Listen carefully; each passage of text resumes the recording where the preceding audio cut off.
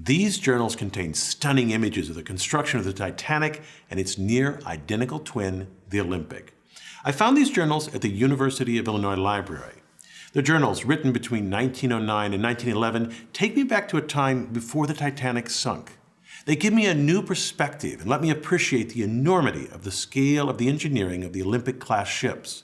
So, let me share with you some fascinating details about the Titanic and its twins, the Olympic and Britannic. The story starts here in the Harland and Wolff shipyard in Belfast, Ireland.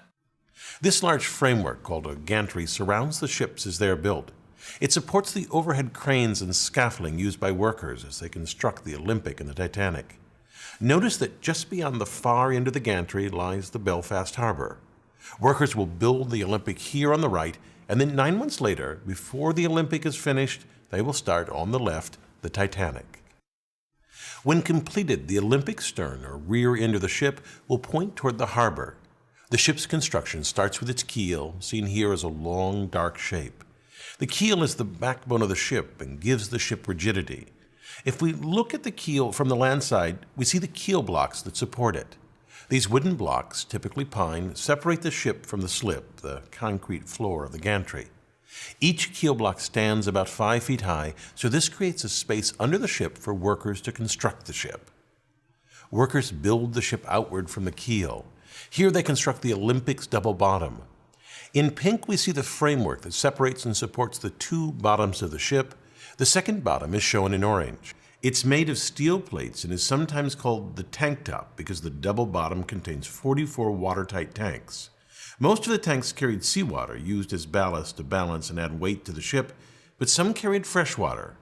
In total, the double bottom carried over 5,000 tons of water, or about 1.5 million gallons.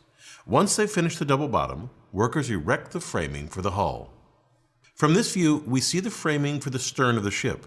It's what a worker would see standing on the tank top from the fore and looking toward the aft of the ship. That's where the harbor is. Looking closer, we see the rib-like structure on the start of the transverse frame of the ship. Workers rivet to this frame the hull, which will form the skin. So far, we've watched the Olympic's construction. In the gantry, that ship sits here in the background. In the foreground lies the keel of its twin, the Titanic. Its construction began 9 months after the Olympic. We see here, attached to the keel, the framework of the Titanic's double bottom. Notice this large, claw-like mechanism lying on the ground, and these three hung from the cranes. These are hydraulic riveters, which workers used to install most of the 3 million rivets on the Titanic. Here we see the almost complete hulls of both the Olympic and Titanic. Work inside the Olympic progresses rapidly. The staterooms are being erected, and plumbing is being fitted throughout the ship. To prepare for the Olympic's launch, workers paint the ship a light gray so it will stand out in black and white photographs, although they repainted the ship black soon after its launch so that it matched previous White Star liners. To ease the slide into the water, the slip was greased with 23 tons of tallow, oil, and soap. And then the order to release the ship was given, the hydraulic triggers were released, and the ship slid into the harbor, reaching a speed of 12.5 knots. Notice that the ship is launched backwards. There are many reasons for this, but among them is that the stern, the rear, is wider than the bow, so it is more buoyant. In a mere 62 seconds after launch, the Olympic was afloat. The moment the ship hit the water is its official launch date, although it was mostly empty. Here it weighs only about 27,000 tons and so rides high in the water. The draft, the vertical distance between the bottom of the ship and the surface of the water, is only 18 feet. After it is completely fitted, it will weigh nearly twice that, 52,000 tons. With that additional weight, the Olympic will drop until the water reaches the border painted on the hull, a draft of about 34 feet. The Olympic cannot move by itself, and so a tugboat tows it to the fitting out quay where a gigantic crane loads the ship. Here the crane lifts aboard a cylindrical boiler. The final fitting, including attaching the propellers, is done in dry dock. And then, once everything is in place, the Olympic is ready for the sea. 7 months after this launch, the Titanic was launched.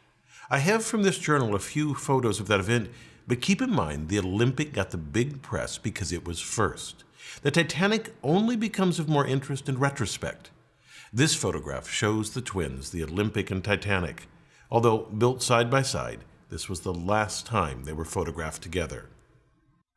Less than a year after the launch of these two giant ships, one suffered a collision that ripped a gaping hole in its side. That ship was, of course, the Olympic.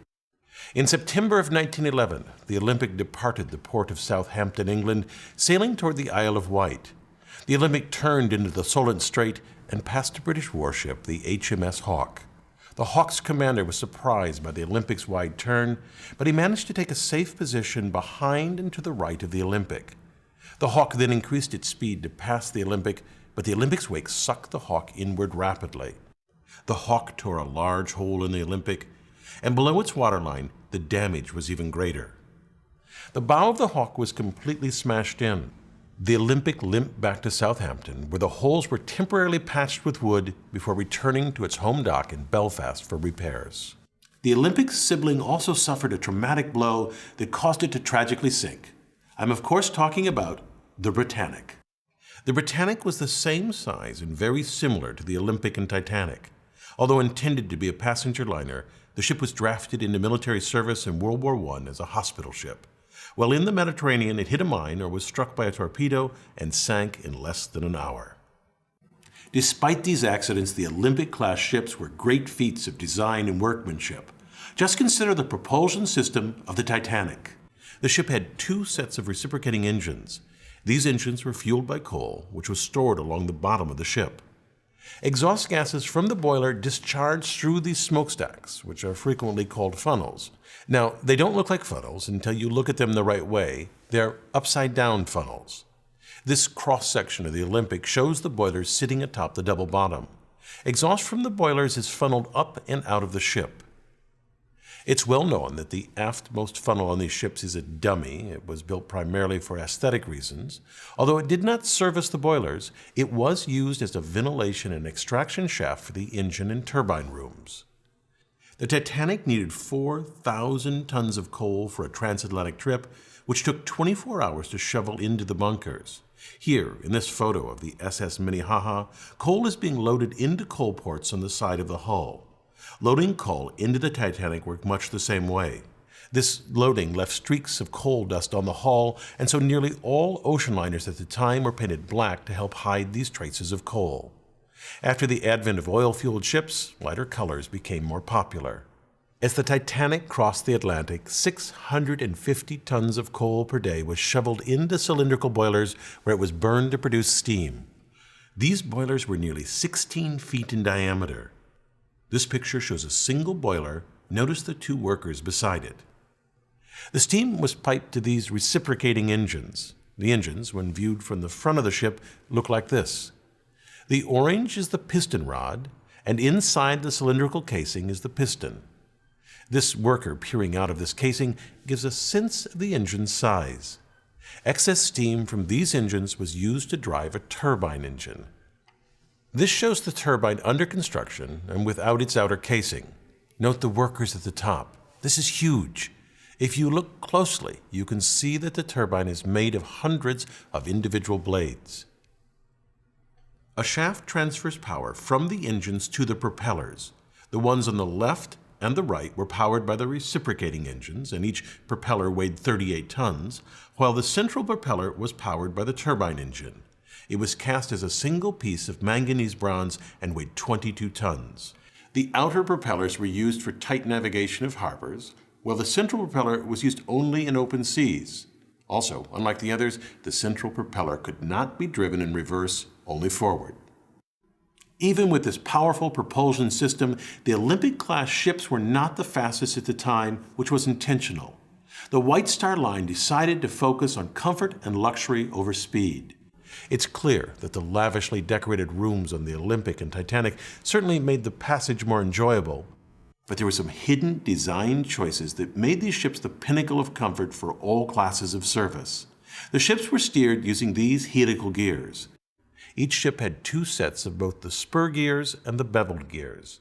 These massive gears are nearly 6 feet across, made of solid steel, and each weigh thousands of pounds. Notice the herringbone pattern on the teeth. This pattern allowed a tight engagement of the teeth and resulted in reduced vibration transmitted to the rest of the ship. Altogether, the gearing on the Titanic weighed about 7.5 tons. This very large structural piece is called the boss arms. These arms held the shafts of the outer propellers in place, and because of their size and strength, they reinforce the hull, which reduces panting. Panting occurs when variations in water pressure, say the crest versus the trough of the wave, flex the hull inward and outward.